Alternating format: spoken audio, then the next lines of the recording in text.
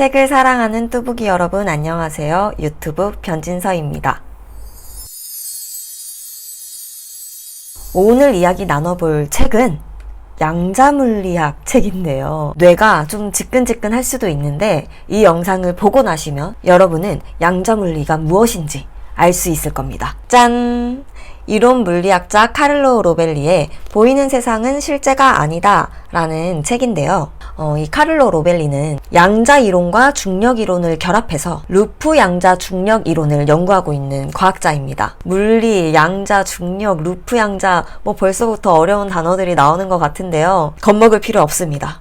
이 영상 하나면 다 이해되게 되실 거예요. 제가 이 책을 선택하게 된 계기는 제가 평소에 과학적 사고, 인문학적 사고가 굉장히 중요하다고 생각을 하고 있는 사람이거든요. 그래서 물리학 책을 읽어야지 이런 생각을 하고 있는 찰나에 이 제목이 눈에 딱 띄는 거예요. 그래서 이 책을 선택하게 됐습니다. 이 세계가 어떻게 구성되어 있는지, 내가 눈으로 보고 있는 이 세계가 정말 실제하는 것인지 이런 궁금증이 있었는데요. 제목이랑 제 궁금증이랑 너무 잘 맞아 떨어지잖아요. 그리고 정말 더 중요한 거는 이 책이 제가 좋아하는 물리학과 인문학이 결합되어 있는 그런 책입니다. 이 책의 번역도 서울대 철학과를 나오신 분이 번역을 했거든요. 이 책의 서문에 이런 내용이 있는데요. 우리가 과학을 이해하기 위해서는 복잡한 수식과 논증을 이해할 필요가 없다. 우리는 그저 과학 이론 그 자체를 이해하기만 하면 된다라는 내용이 있었는데 실제로 이 책에는 수식이 없어요. 수식으로 이론을 설명하지 않거든요. 저는 그것도 굉장히 대단하다고 생각을 했는데 아무튼 과학은 우리 모두를 이롭게 하기 위한 학문이고 자연의 진리를 밝혀내는 건 과학자들이 할 일이지만 이 책을 통해서 이미 밝혀진 이론들은 우리가 충분히 이해할 수 있겠다라는 희망이 생겼습니다. 여러분은 이 세계가 어떻게 이루어져 있다고 생각하시나요? 지금 우리가 알고 있는 시간과 공간은 굽어져 있다. 이 공간은 진동하는 양자 알갱이로 이루어져 있다. 이렇게 이제까지 과학이 밝혀낸 이 세상을 제가 이 책에서 읽은 대로 잘 설명을 해보도록 하겠습니다. 양자라는 게 굉장히 어려울 것 같은 그런 불안감이 있으실 것 같은데 걱정하실 필요가 없어요. 왜냐면 양자가 어렵다는 건 여러분들만 생각하는 것도 아니고 나만 생각하는 것도 아니고 과학자들도 양자를 굉장히 어렵게 생각하고 있거든요.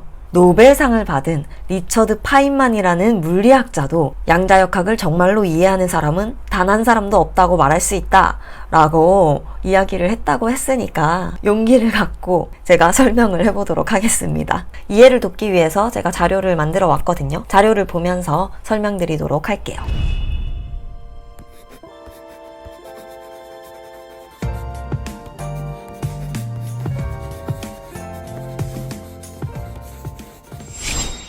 원자라는 거, 이게 나오기 위해서 이 원자 가설의 뿌리를 설명해 주는데요.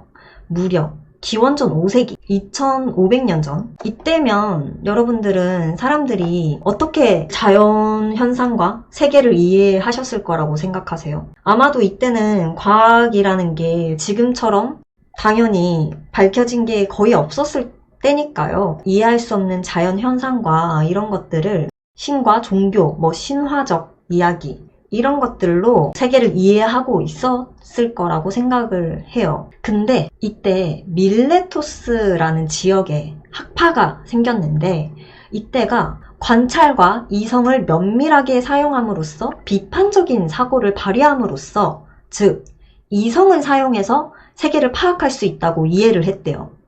이게 엄청난 혁명 같은 사고의 전환이죠. 우리는 태어나면서 신이 존재하고 신이 이 세상을 만들었고 이 자연의 현상도 다 하늘이 노하시는 거고 이렇게 해석을 하던 사람들이 아니다.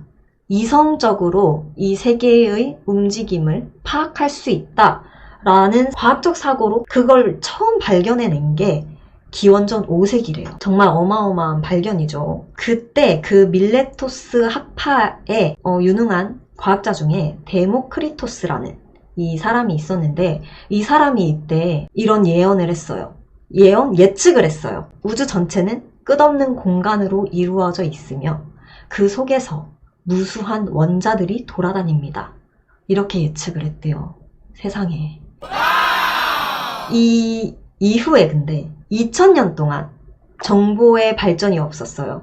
2300년이 지나서 드디어 데모크리토스의 이 예언이 맞았다는 그걸 증명해낸 사람이 나타납니다. 바로 아인슈타인이 등장합니다. 아인슈타인이 25살 때 원자가 존재한다는 거를 발견했어요. 어떻게 발견을 했냐면 진짜 발견한 방법이 정말 간단해요. 여러분들도 일상생활에서 보셨을 현상이거든요. 먼지, 엄청 그 공중에 있는 굉장히 작은 먼지, 알갱이나 뭐 꽃가루 같은 그런 입자들이 이렇게 공기 중에 이렇게 왔다 갔다 하잖아요. 그걸 보고 이상하다. 만약에 급격하게 방향을 트는 게 어디에 이렇게 부딪혀서 방향을 트는 듯한 그런 느낌을 받았는데 그 공기 분자가 무한히 작고 무한히 많다면 먼지가 이렇게 흘러내리겠죠. 아니면 제자리에 있거나 상쇄되니까. 이게 뭐냐면 사방에 있는 공기 분자들의 양이 다르기 때문에 이렇게 움직인다는 거예요. 공기 분자가 유한하기 때문에, 존재하기 때문에 먼지들이 이렇게 움직이는 거구나 라고 해서 여기에서 공기 중에 입자가 있다라는 것을 발견해냅니다. 근데 아인슈타인이 학교는 안 갔지만 이 책에 나오는 게 아인슈타인이 책을 즐겨 읽었는데 어떤 책을 즐겨 읽었냐면 칸트의 순수 이성 비판, 유클리드의 기하학 원론 이런 것들을 즐겨 읽었대요. 그러니까 아인슈타인의 과학적 사고가 어디서 나왔는지 알 수 있는 대목이죠.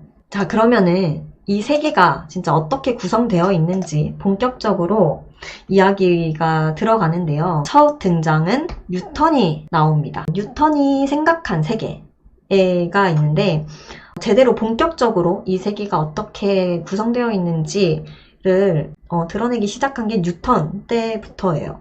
뉴턴은 어떻게 생각했냐면 사각통 같은 이런 공간, 무한히 크고 무한히 넓은 우주를 담을 수 있는 이런 공간이 있다고 생각을 했고 그 안에 있는 입자들이 이렇게 서로 잡아당겨서 중력이죠. 만유인력. 이 힘을 서로 주고 있다. 정리를 하면 시간의 흐름에 따라 잡아당기는 힘의 영향을 받으며 공간 속에서 움직이는 입자들로 구성된 게 이 세계다.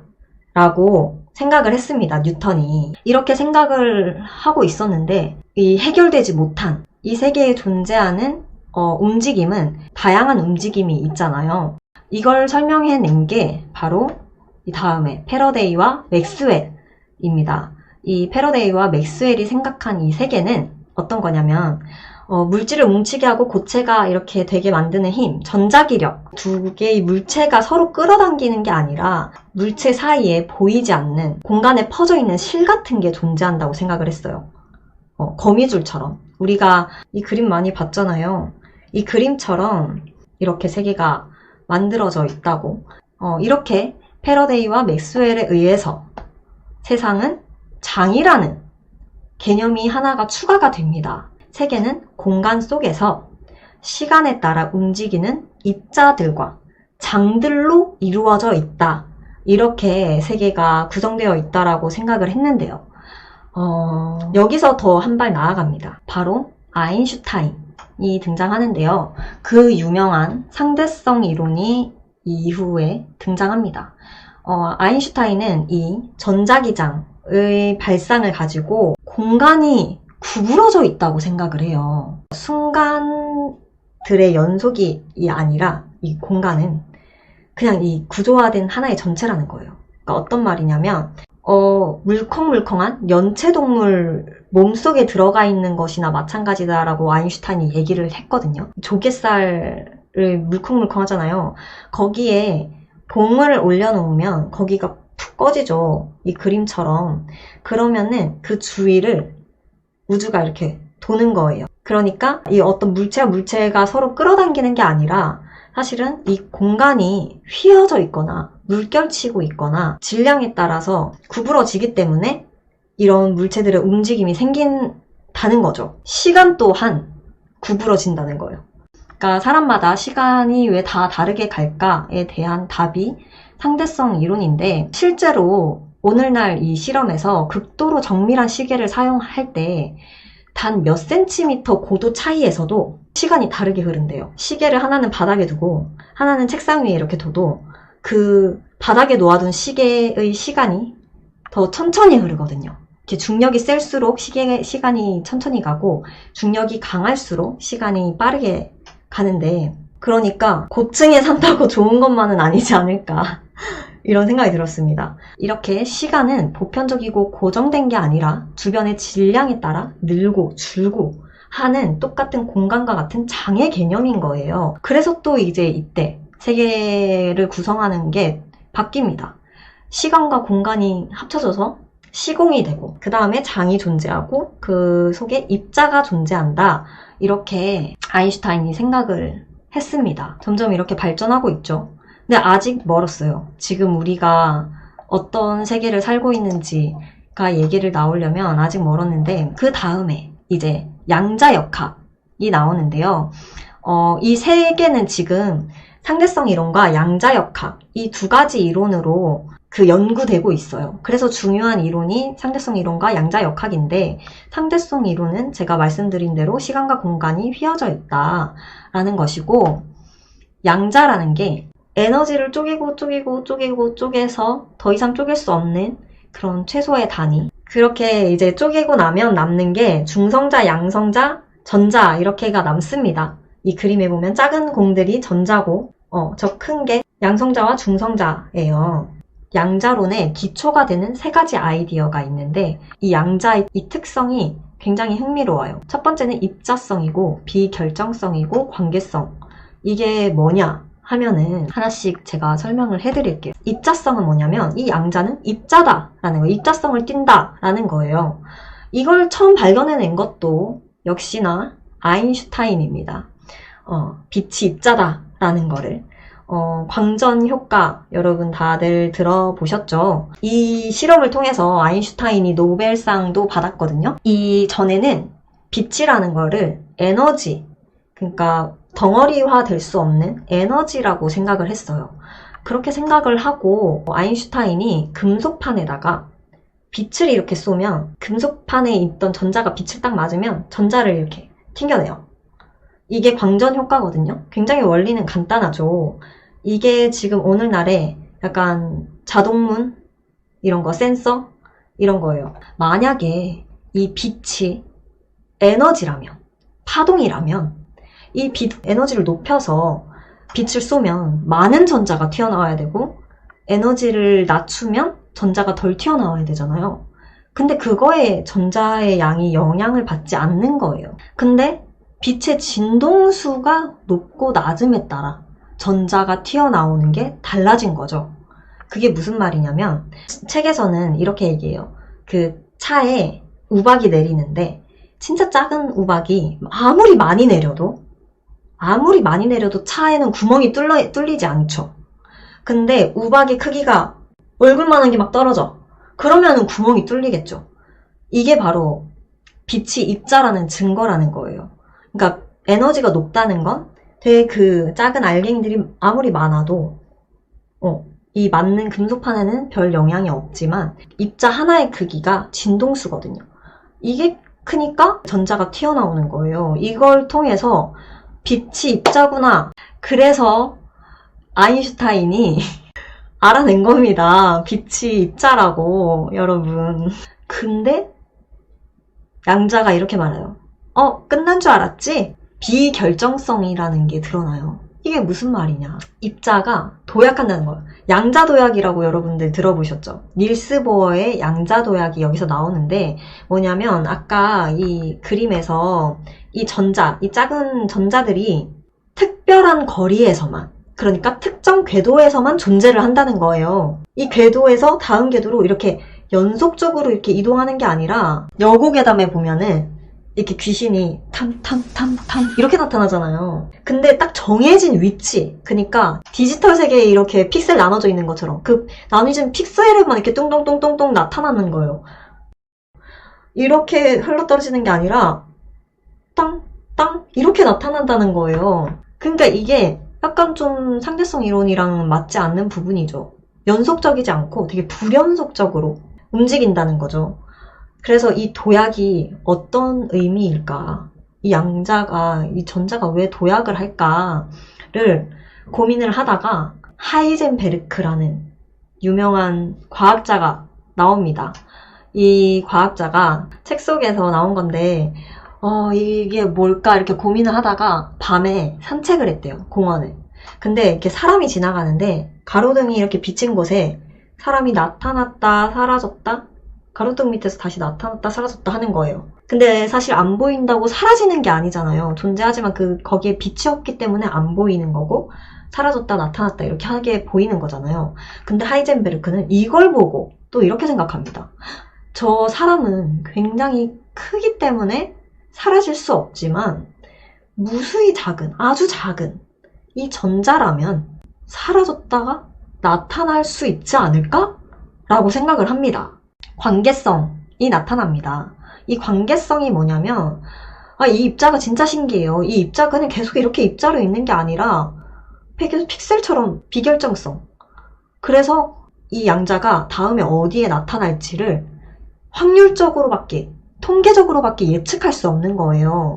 우리 고정과학은 미래를 이 과학을 통해서 예측할 수 있다라고 생각을 했는데 그게 엎어진 거죠. 근데 더 신기한 건 하이젠베르크에 의해서 양자가 어떤 것과 상호작용할 때, 관계를 맺을 때만 나타나고 관계를 맺지 않는 순간에는 존재하지 않는 거예요. 이렇게 생각해낸 게 이제 관계성입니다, 여러분. 그래서 이제 양자역학에서의 세계는 더 간단해져요.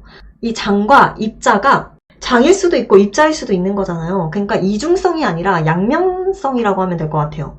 이 두 가지를 다 갖고 있는 거죠. 그게 이제 양자장으로 합쳐집니다.